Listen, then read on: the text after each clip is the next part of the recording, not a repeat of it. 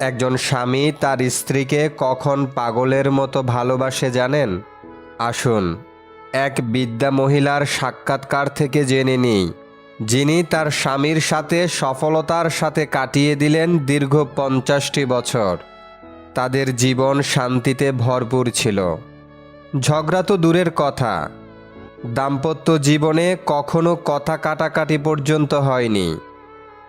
একজন সাংবাদিক এই বৃদ্ধার কাছে তার 50 বছরের স্থায়ী সফলতার রহস্যের ব্যাপারে জানতে চাইলেন।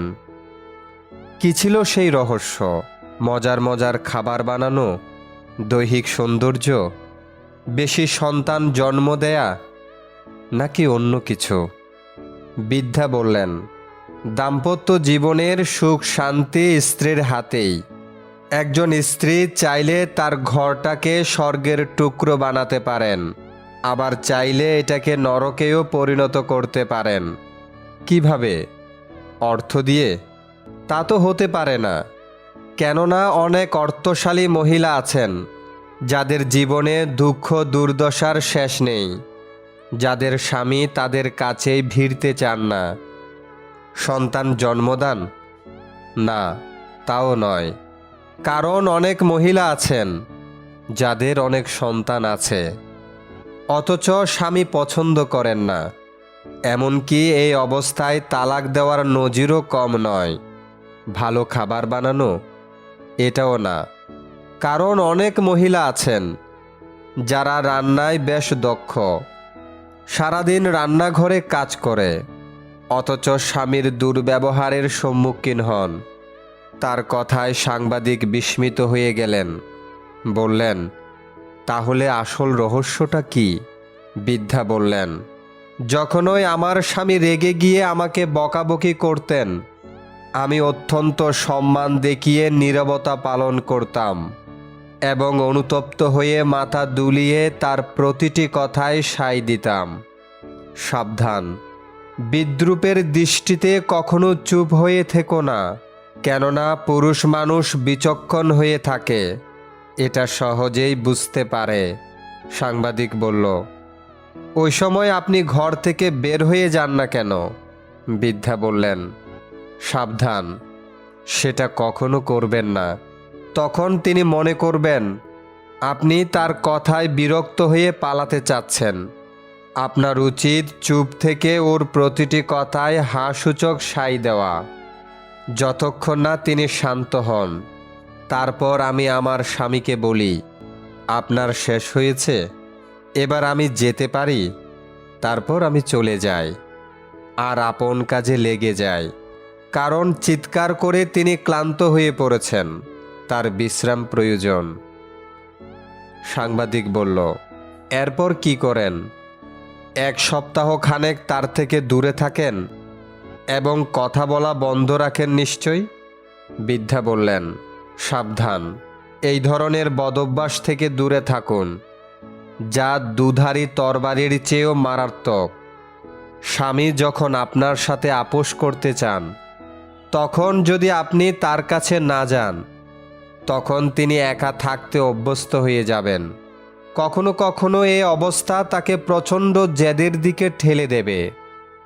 সাংবাদিক বলল, তাহলে কি করবেন তখন?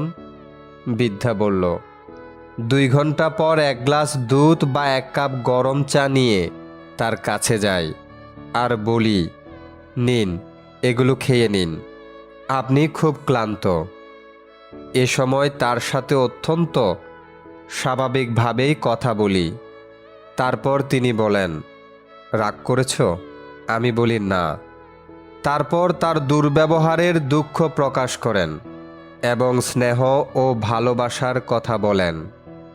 সাংবাদিক বলল, আপনি কি তার কথা তখন বিশ্বাস করেন? বৃদ্ধা বলল, অবশ্যই, কেন নয়? শান্ত থাকা অবস্থায় যা বলেন তা বিশ্বাস না করে রাগান্বিত অবস্থায় যা বলেন তা বিশ্বাস করব? সাংবাদিক, তাহলে আপনার ব্যক্তিত্ব? বৃদ্ধা, আমার স্বামীর সন্তুষ্টি আমার ব্যক্তিত্ব, আমাদের স্বচ্ছ সম্পর্কই আমাদের ব্যক্তিত্ব, আর স্বামী স্ত্রীর মধ্যে কোনো ব্যক্তিত্ব থাকে না। যার সামনে তুমি পুরোপুরিভাবে বস্ত্রমুক্ত হয়েছ, তার কাছে আবার কিসের ব্যক্তিত্ব? পয়সা হলো অতিথি আর একতা আমাদের সংস্কৃতি। তাই অর্থের অহংকারে পরিবার থেকে কখনো আলাদা হইও না। বৃষ্টি তো তখনই হয় যখন আকাশ মেঘের ভার সইতে পারে না, আর কান্না তখনই পায় যখন হৃদয় কষ্টের ভার বইতে পারে না। গোপনীয়তা আর মিথ্যা সম্পর্ক নষ্ট করে। তুমি যতই যত্নশীল হও না কেন, ধরা পড়বেই।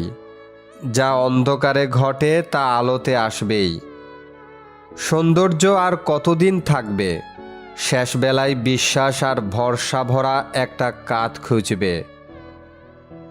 নতুন নতুন সব জিনিসই মন কাড়ে, পুরনো হলে অবহেলা বাড়ে। তবে বন্ধুত্বের ক্ষেত্রে আসলে পুরাতনের কাছে নতুন হারে।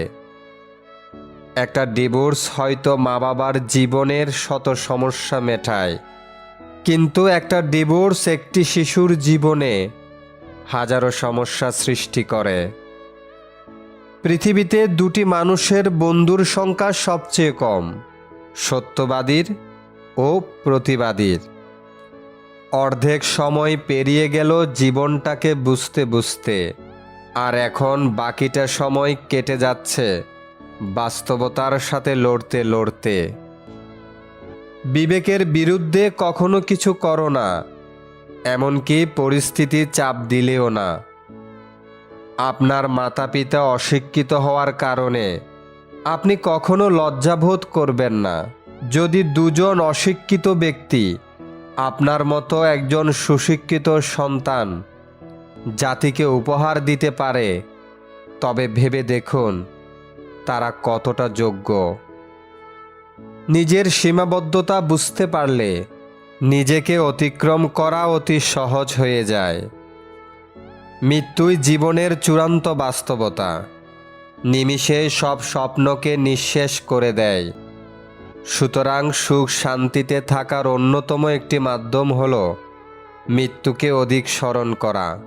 তাহলে দুনিয়ার জীবনে প্রত্যাশার চাপে কখনো পিষ্ট হতে হবে না। কাউকে তার অতীতের অপকর্ম নিয়ে খোঁটা দিবেন না। কে জানে, সে হয়তো তার ভুলের জন্য অনুতপ্ত। প্রকৃত পথিক কখনো থেমে যায় না, প্রয়োজনে নতুন করে পথ তৈরি করে নেয়। চোখের আড়ালে যে থাকে, মানুষ তাকে দ্রুত ভুলে যায়। অতীত জুড়ে একরাশ স্মৃতি, আর বর্তমান জুড়ে শুধুই বাস্তবতা। পাথর হাজার বছর জলের মধ্যে পড়ে থাকলেও তার ভেতর জল কখনো ঢুকে না, কিন্তু মাটিতে জল লাগলে তখনই গলে যায়। যারা বিশ্বাসী তারা হাজার বিপদে পড়লেও হতাশ হয় না, কিন্তু অবিশ্বাসী মানুষের মন সামান্য কারণে টলে যায়। চোখের পানি মুছে ফেলার চেয়ে তাকেই মুছে ফেলা উত্তম। মানুষ তীব্রভাবে চাওয়ার পর তা না পেলে তার প্রতি ঘৃণা চলে আসে। কাকে দিব দোষ আমি, কাকে করব দোষী? মিথ্যার মায়ায় জড়িয়ে আমি চোখের জলে ভাসি। জীবনে পরিবর্তন আর যন্ত্রণা, এই দুটো জিনিস মেনে নিতে পারলেই আপনি সুখী।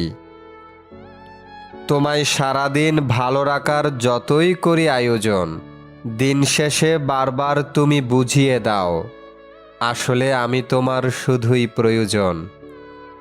জীবনকে বুঝতে চাইলে পিছনে ফিরে দেখুন, আর জীবনকে গড়তে চাইলে সামনের দিকে দেখুন। যাদের মা বেঁচে আছে, নিজেকে গর্বিত অনুভব করুন, কারণ মা থাকতে কেউ গরিব হয় না। যে নারী তার বৈধ স্বামী পেয়েও তার প্রতি সন্তুষ্ট না, পরপুরুষে আসক্ত, তাকে স্বর্গ এনে দিলেও সে সন্তুষ্ট হবে না। বাবার দেওয়া কোনো কিছুই ছোট মনে করবেন না। মনে রাখবেন, যা আপনার কাছে অল্প তা আপনার বাবার কাছে রক্ত বিক্রির গল্প। কেউ অপছন্দ করলেই নিজেকে মন্দ ভাবতে যাবেন না, কারণ ভালো মানুষকেও অপছন্দ করার মতো মানুষ জগতে ভুরি ভুরি থাকে, সব কালেই ছিল।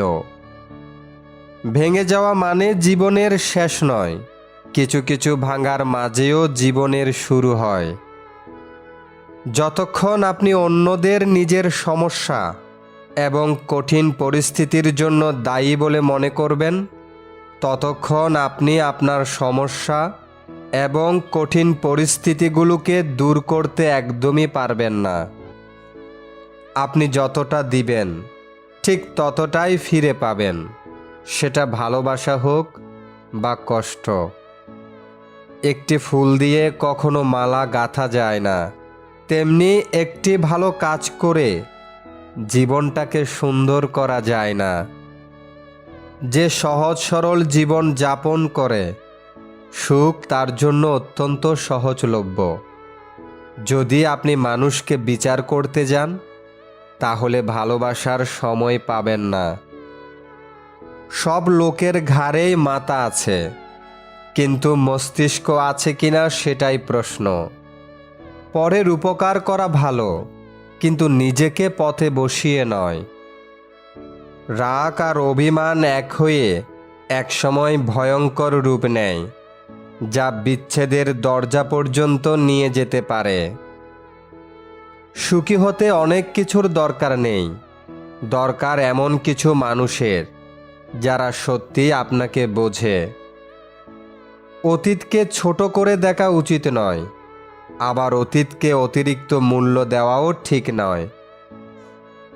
সময়ের সাথে পরিস্থিতি বুঝে যে নিজেকে মানিয়ে নিতে পারে, সে সবচাইতে সুখী মানুষ। যাকে আগলে রেখেও নিজের করে পাওয়া যায় না, তার জন্য কেঁদেও তাকে পাওয়া সম্ভব নয়। অন্যের চোখের পানির উপর নির্মিত ঘর কখনো সুখের হয় না।